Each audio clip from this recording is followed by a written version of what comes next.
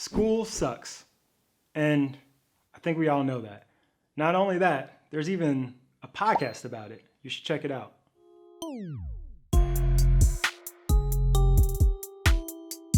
Hey, what's up, guys? My name is Markel, and today I want to talk about school or education, but more specifically, the value add and the relevance of certain elements of education. When I was a student, I didn't understand the relevance of my classes. I didn't understand the relevance of projects. I didn't understand the relevance of English class. But today I wanted to take a moment and share with you some of the thoughts that I had about different classes, different courses, and what I've learned, I guess, as a working adult, in hopes to help you go through your courses with a little bit more clarity and understanding so that you can actually succeed in them. So number one, learning how to learn. And really what that means is learning the methods, the mechanisms, the content that most interests you. I think that when I was in school, I didn't really understand how I learned best. I was just following along as best as I could, trying to absorb the information. I was really just sitting in the library on my own, trying to just absorb it through osmosis, which I believe in. I think that works. Should.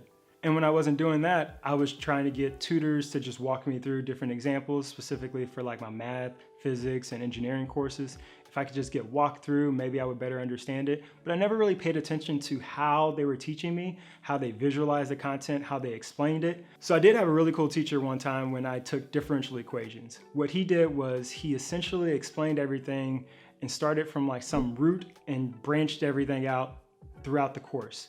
So we started at a fundamental question of like the first derivative, and then as things varied, we would kind of branch off. And that was a really cool way to help visualize. And so I would use that kind of branch diagram every time I would see a problem. I would say, okay, we start here, and then this is how I walk through it. That means I need to do this technique. It was really helpful, and I actually was able to get like an A in that class, and it was differential equations. Diffie-Q was pretty tough. The other part of learning is finding the value and the satisfaction in it. And unfortunately, school has to create this system of grades, which I don't fully agree with or like, because one, it doesn't test your growth in a subject, it just tests your absolute knowledge, right? So you could know nothing in a class or about a class and then flourish, push yourself, and actually learn a good amount.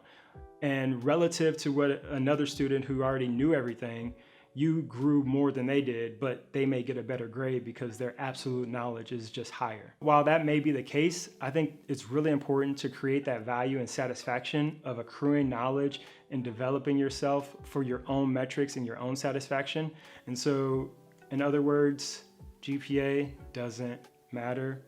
Well, it does, but don't let it define your worth, define your value. The last piece of learning that I think is really, really important is finding some type of autodidactic pursuit. And what I mean by that is autodidactic is this adjective that means self-taught. And so you need to find some type of self-taught pursuit. And so that means you need to be an autodidact, right? You need to be self-taught in some domain. And that has to be something that you're truly interested in, because if it's not, you're probably not going to be able to stick with it. So find something that you're actually interested in and use that as your method or mechanism or vessel to be able to learn more. The next thing is writing. As someone who didn't like English class or the writing assignments or the writing prompts on the SATs, I now appreciate and see the value in writing. For me, writing is an outlet to be able to express myself, to express my thoughts, and to think through things. And what that does is it actually helps me better articulate what I'm saying. Like, I literally wrote this down and now I'm saying it to you, because if I would have just like tried to freestyle it, it probably would not have gone as well as it went here, which I think it went pretty well. I think you should consider journaling, consider writing, because that's a really good way to be able to think through your own thoughts so that you don't stumble when someone talks to you or asks you a question. So I have a really cool example of that. I was doing a talk, and after the talk, a student came up to me and said, "Hey man, you're a really good speaker. How did you get so good at speaking?" And I didn't know what to say to him, but the first thing that came to mind was, well, I just write my thoughts out, and everything that I talked about today, I've already thought about, I've already expressed several times. This was just another opportunity to express that. So I told him, write more, you should journal. And he kind of like shrugged it off like, oh, I was looking for another answer.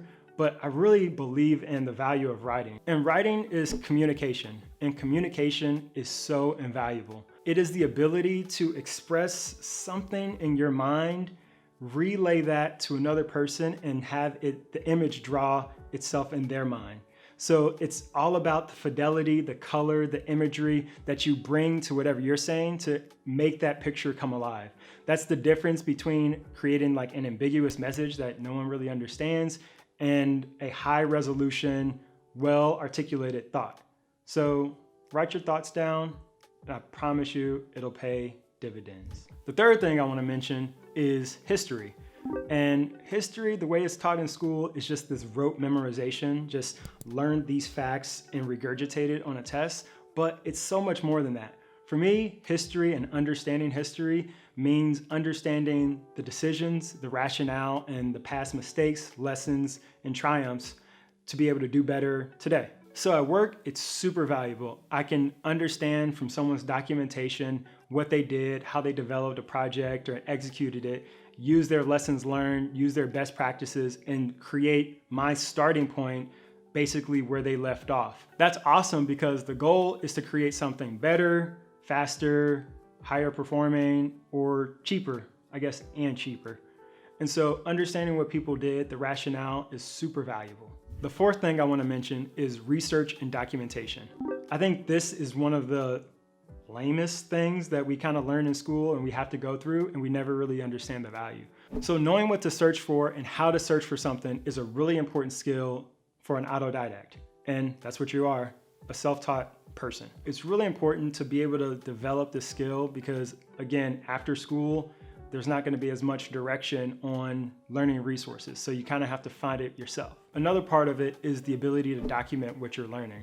So like I talked about a moment ago with regards to history and the ability to reference what other people did, being able to document what you have done and what you're doing is super important. And I'll give you a super relevant example of how it has impacted me in the workplace.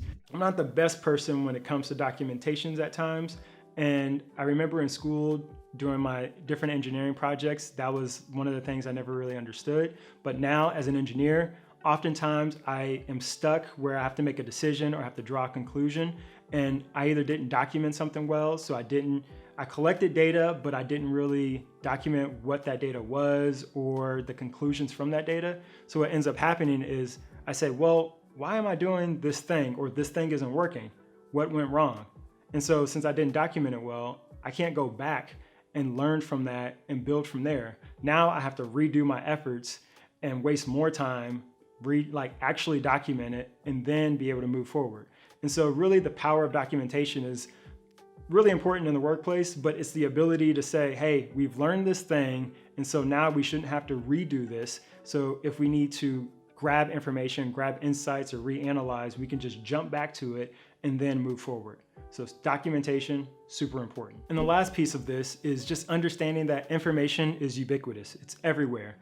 But the hard part of that is because it's everywhere, it's really hard to decipher what's valuable, what's correct, what's meaningful, and then what to synthesize and how to synthesize it. So that's a skill in and of itself. Researching things and being able to understand what you're trying to gather from something is super important. So in school, they may have these like weird or random prompts saying like, learn about this thing, but after school, there's not necessarily, if ever, a specific prompt to help guide you. Is a very open-ended problem set, or it's just an open-ended space where you don't even know what the first step is. And the last thing I want to talk about is creativity. This is the culmination of all of the other things. It is being able to learn from research by documenting, understanding history in order to create something, right? So we're not just being able to store information, because if we were doing that, we were just a basic like memory card or storage device, but we're not that. We're much more intricate and complex. I was actually doing some research and trying to understand like the future of work and how it relates to automation. It talked about different attributes of humans and the probability for that attribute to be computerized or essentially automated. And what I found really interesting, maybe I'll share the plot. So what I found interesting about it was fine arts, persuasion, critical thinking type tasks are the ones that really separate us. And those our competitive advantage versus a computer. So while a computer may be able to process and compute things faster than us, they can't create like us. We can dream, we can imagine. And by learning more, by learning how to research, by understanding history, by documenting, by researching, and critically thinking, we can create really awesome and dope things. And that's really the goal of what school is trying to do. So I hope this helps and challenges you to think about school, or more importantly, education and being a lifelong learner a little bit differently. Because being a student isn't just being in the classroom. Being a student is being receptive to knowledge, willing to continue learning, to research, and to grow. And I think that's what school is trying to get out of us. An interest in some space, a willingness to pursue it further, and to push us to grow within that space. If you're a working adult and you have any insights that you want to add on to this as far as relevance of certain classes in hindsight, throw that in the comments. I'd love to hear what you have to say. If you're a student, let me know what class or what thing you don't see as relevant, and maybe I can try to tie those things together for you. If you found this valuable, please give this a thumbs up. And if you want to see more content like this, feel free to subscribe. And I'll see you on the next one. Have a dope day. Peace.